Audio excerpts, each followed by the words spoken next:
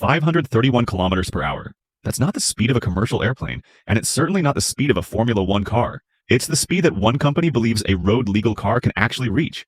Not in a simulation, not just on paper, on real asphalt. And if they succeed, they'll rewrite automotive history forever. This is the story of the Koenigsegg Jesko Absolut, a machine created for one purpose, to destroy one of the most untouchable records in the world of performance cars. But this isn't just a battle between two hypercars. It's a war between engineering philosophies, where one mistake at over 500 kilometers per hour doesn't just lose a race, it can cost lives. At those speeds, the engine is no longer your biggest challenge. The air becomes your greatest enemy. The tires are pushed to their absolute limit, and the slightest movement of the steering wheel can end in disaster. Yet despite all of that, Koenigsegg believes it has built the fastest road car the world has ever seen. To understand why this incredible machine exists, we have to go back to the moment that changed everything. In September 2019, the entire automotive world watched as Bugatti arrived at Volkswagen's legendary Aerodynamics test track in Germany. Behind the wheel was legendary test driver Andy Wallace, and the mission was simple: achieve what many believed was impossible. Minutes later, history was made. The Bugatti Chiron Supersport 300 Plus reached an astonishing 490 kilometers per hour, becoming the first production-based car to break the 300 mile per hour barrier. It wasn't just another world record, it was a defining moment in automotive history. Then came the announcement nobody expected. Bugatti's CEO, Stefan Winkelmann, declared that Bugatti was officially leaving the top speed race. Their message was clear: we've proven what we needed to prove. As far as we're concerned, the competition is over. To many people, it sounded like the perfect ending. Bugatti had climbed the highest mountain, planted its flag, and walked away before anyone else had the chance to challenge them. But thousands of kilometers away, and inside a small factory in Sweden, one man was watching closely: Christian von Koenigsegg. Unlike Bugatti, Koenigsegg wasn't backed by one of the largest automotive groups in the world. They didn't build thousands of cars every year, and they certainly didn't have unlimited resources. Years earlier, Koenigsegg had already stunned the industry with the Agera RS, proving that a small Swedish manufacturer could compete with and even outperform the biggest names in the automotive world. But Bugatti's achievement changed everything. Suddenly, the old records no longer mattered. The rules had changed, and Christian knew that beating Bugatti would require far more than simply improving an existing car. He needed an entirely new machine, designed from the ground up with a single objective: become the fastest production car ever built. That decision gave birth to the Jesko Absolut. While most hypercars are designed to dominate racetracks or impress collectors, every single decision behind the Jesko Absolut served one purpose: reduce drag, maximize stability, and push beyond 500 kilometers per hour. At 500 kilometers per hour, the air itself becomes an invisible wall. More horsepower alone isn't enough. You can keep increasing engine power forever, but if the air refuses to let you pass, the car simply won't go any faster. So Koenigsegg asked an almost impossible question: how do you build a car that slices through the air without allowing it to lift off the ground like an airplane? That single question would consume thousands of hours of engineering and completely redefine what a hypercar could be. Then, just as development reached a critical stage, the world came to a stop.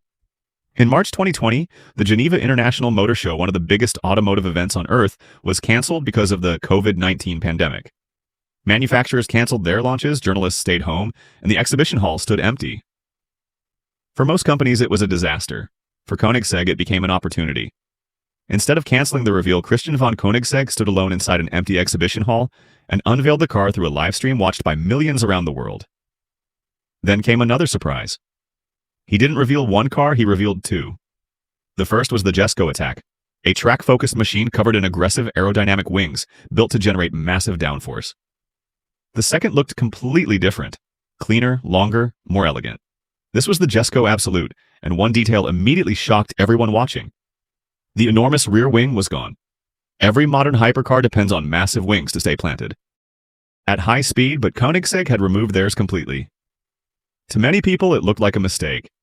To Christian, it was the beginning of a revolution. Because when your only goal is breaking 500 kilometers per hour, every unnecessary piece of drag becomes your enemy. The Jesko Absolut wasn't designed to dominate racetracks or set lap records. It was built for one purpose alone: breaking through the final frontier of speed.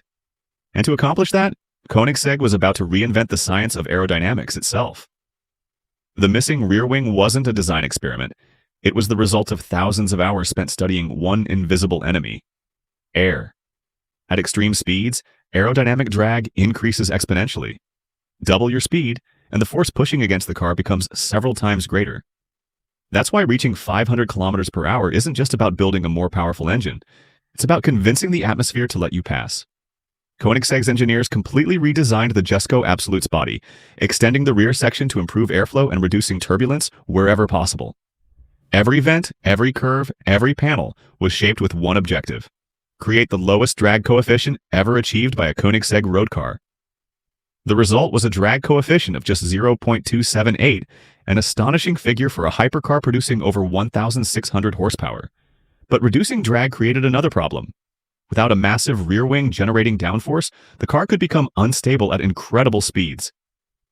To solve this, Koenigsegg relied on something far more advanced than oversized aerodynamic parts. The entire underside of the Jesko Absolut was engineered to manage airflow beneath the vehicle, creating stability without sacrificing speed. Small aerodynamic fins, carefully sculpted diffusers, redesigned wheel arches, and subtle body extensions worked together to keep the car planted while minimizing resistance. It was a delicate balancing act. Too much downforce would slow the car down. Too little and the car could become uncontrollable. Every millimeter of the design mattered, but aerodynamics alone wouldn't be enough. Even the slipperiest car in the world can't break speed records without an engine capable of delivering unimaginable power. Hidden behind the driver sits a 5.0-liter twin-turbocharged V8, unlike almost anything else on the road. Running on standard gasoline, it produces an incredible 1,280 horsepower. Fill the tank with E85 biofuel, and that figure jumps to an astonishing 1,600 horsepower. Yet the real masterpiece isn't just the power, it's how quickly the engine can produce it. Koenigsegg engineered one of the lightest V8 crankshafts ever fitted to a production car, weighing only around 12.5 kilograms. Machined from a single solid block of Swedish steel, it's so light that the engine can climb to its 8,500 revolutions per minute redline with almost no delay, delivering an instant response that feels more like a race engine than a conventional road car. Building a crankshaft this light wasn't easy. Engineers had to accept extremely tight manufacturing tolerances because even the smallest vibration at those engine speeds could destroy the entire engine. It took years of development to make it reliable. Then there are the turbochargers. Large turbochargers usually suffer from turbo lag, where the engine hesitates before delivering full power. Koenigsegg refused to accept that compromise. By combining lightweight internal components with advanced engine management and high-flow turbochargers, they created an engine that delivers explosive power with remarkable responsiveness. But having 1,600 horsepower creates another challenge.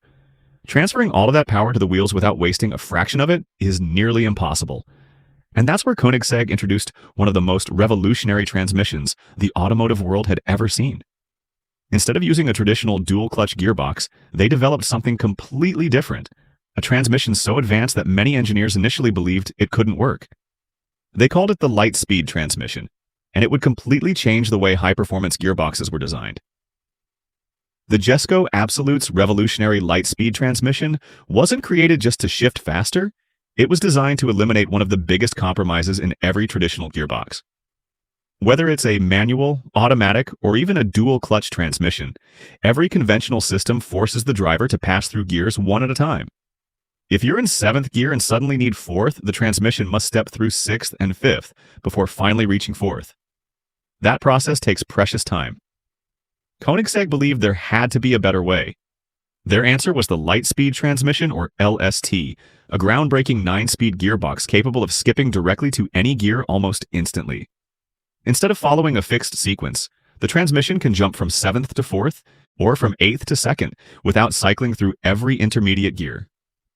The result is nearly uninterrupted acceleration and lightning-fast responses, allowing the engine to stay exactly where it produces maximum power. It's unlike anything found in any other production car. But engineering a transmission this advanced wasn't enough. At over 500 kilometers per hour, another challenge becomes even more terrifying: the tires. No matter how powerful the engine is or how advanced the aerodynamics are, every bit of performance depends on 4 small contact patches connecting the car to the road. At those unimaginable speeds, the tires rotate more than 4,000 times every minute, while carrying enormous loads generated by acceleration, heat, and aerodynamic forces.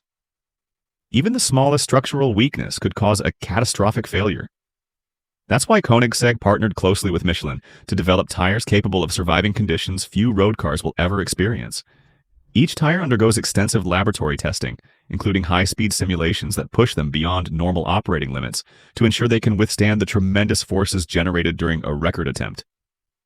Yet even with specially engineered tires, another obstacle remained. There was nowhere to attempt the record. Finding a road long enough, flat enough, and safe enough for a run beyond 500 kilometers per hour turned out to be one of the hardest parts of the entire project. Bugatti had achieved its record at Volkswagen's private Aero-Lessian proving ground, but Koenigsegg didn't have access to that facility.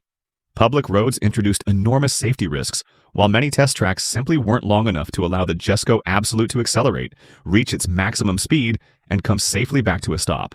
Several possible locations were considered around the world, including long desert highways and abandoned airfields, but every option came with major logistical, legal, or safety challenges. Then another competitor entered the spotlight. In 2020, SSC claimed that its Tuatara had reached more than 500 kilometers per hour, seemingly becoming the fastest production car ever built. The announcement shocked the automotive world, but celebration quickly turned into controversy. Automotive enthusiasts and independent analysts began examining the onboard footage frame by frame and discovered inconsistencies between the claimed speed, engine RPM, gear ratios, and the visual movement of the surrounding landscape. The evidence suggested the numbers simply didn't add up.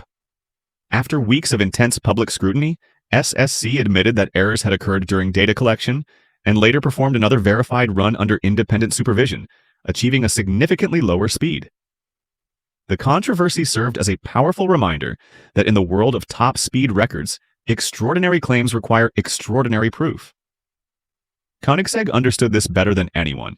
They knew that if the Jesko Absolut was going to become the fastest production car in history, every measurement would need to be independently verified, every sensor carefully calibrated, and every detail completely transparent. Simulations suggested the car was capable of reaching an incredible 531 kilometers per hour, but simulations don't make history. Only a real-world run can do that. And until the perfect location is found and the record attempt finally takes place, one question continues to captivate the automotive world. Can the Koenigsegg Jesko Absolut actually become the first production car to break the 500 km/h barrier? Only time will reveal the answer.